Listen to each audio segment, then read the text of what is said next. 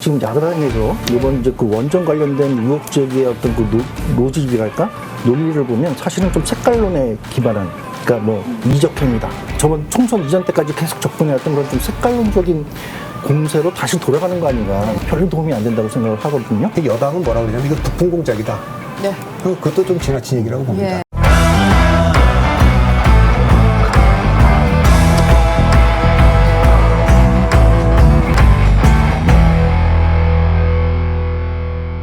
재보궐선거 여러 차례 말씀해 주셨지만 이제 뭐 2달도 채 남지 않았죠. 2달 정도 남았나요? 4월 7일이니까. 그렇죠. 4월 7일이니까. 그럼 정당 지지도를 저희가 또 여론조사를 해봤더니 더불어민주당 34%, 국민의힘 20%, 열린민주당 5%, 정의당 4%, 국민의당 4%로 나타났습니다. 특히 북한 원전 추진 논란을 둘러싸고 국민의힘은 국회에서 국정조사를 정식 요구를 했고요.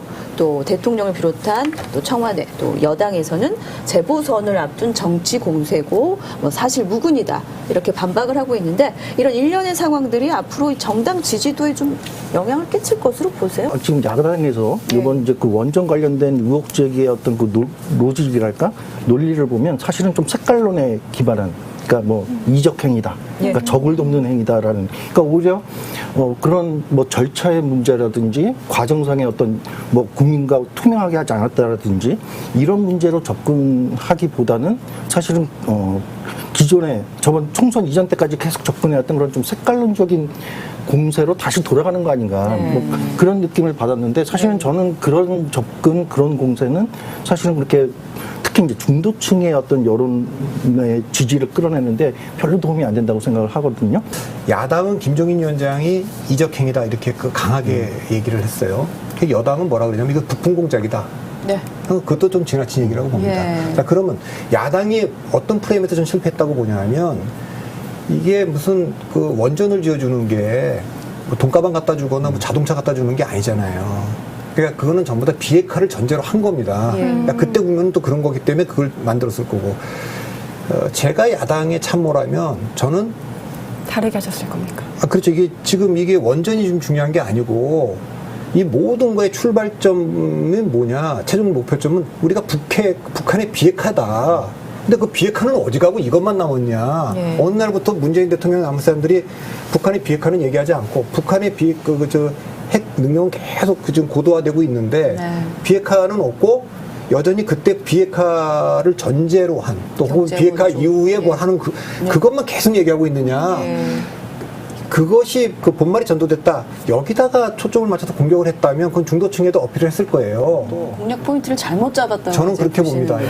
그래서 어찌됐든 이제 국민의 입장에서는 재보선을 두고 좀 애가 타지 않겠습니까? 또 한 가지 제가 여쭤보고 싶은 것은 국민의힘이 대정부 질문을 앞두고 이 성폭력 프레임을 씌우기에 집중하라, 이런 전략을 세웠다는 이제 문건이 이제 공개가 됐잖아요. 그래서 얻은 거는 예.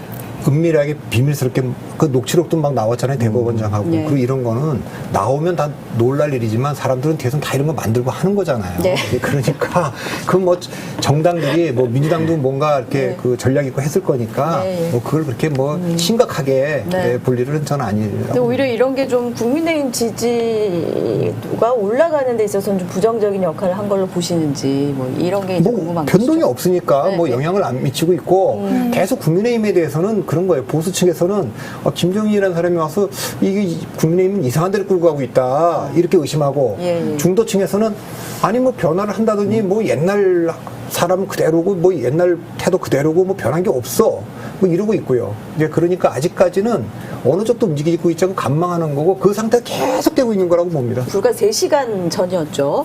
국회에서는 헌정사상 처음으로 판사 탄핵 소추안이 가결됐습니다. 법관 인성근 탄핵 소추안은 가결되었음을 선포합니다. 군포니 출석 탄핵 사법자가 규탄한다! 규탄 김명수를 탄핵하라!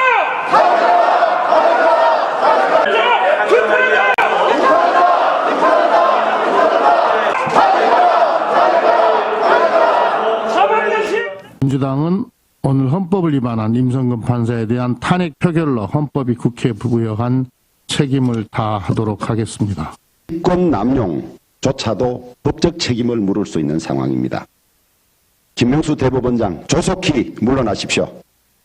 저는 사실은 유효 법관 탄핵 문제는 이제 좀 이후에 좀 큰 변수가 될 수 있지 않을까 좀 생각을 하는 편인데요. 그러니까 이게 작년 연말에 있었던 검찰 갈등 그 큰 어떤 정부의 소용돌이가 됐던 제 2라운드가 되는 거 아닌가 좀 그런 좀 생각이 좀 들고 있는데 많이 우려하시는 분들은 이게 180석 의회를 장악한 현 집권 여당이 사법까지 뭔가 장악하려고 하는 거 아니냐. 헌법재판소나 이런 데서 결국은 이제 또 판단이 나올 텐데 그 판단이 작년에 이제 그 윤석열 총장을 직무정지했는데 그게 사법부의 판단에 의해서 다시 뒤집혔잖아요. 만약 그런 게 이제 그 반복이 된다라고 하면 생각보다 좀 다시 그 제2의 검찰 갈등처럼 저 여당의 불리한 이슈가 되지 않을까 생각이 들고 지금 하여간 좀 그런 앞으로 이제 추이가 굉장히 좀 주목되는 이슈라고 보여집니다. 여론조사에서 일부 이거 조사를 물어보면 팽팽하게 나와요. 이 권력기관, 검찰개혁이든 사법개혁이든 이런 걸 주장하면서 계속 그 주요 이슈로 이걸 밀고 나갈 때 대통령 지지율이나 정당 지지율이 떨어졌어요, 계속. 검찰개혁이든 사법개혁이든 이것이 지금의 코로나 때문에 힘든데 이걸 주요 이슈로 주요 어젠다로 올라오는 순간 여당에게 별로 유리하지는 않고 보궐선거에 별로 유리하지 않고 특히 중도층한테 별로 어필하지 못할 거다. 탄핵이라는 건 아주 특별한 경우. 그래서 우리 탄핵을 하게 되면 헌정사상 최초로 대통령 탄핵을 했다. 헌정사상 최초로 판사 탄핵을 했다. 이렇게 얘기하잖아요. 헌법에 나와 있는 권리예요. 검찰총장도 탄핵할 수 있고 다 할 수 있어요. 법관도.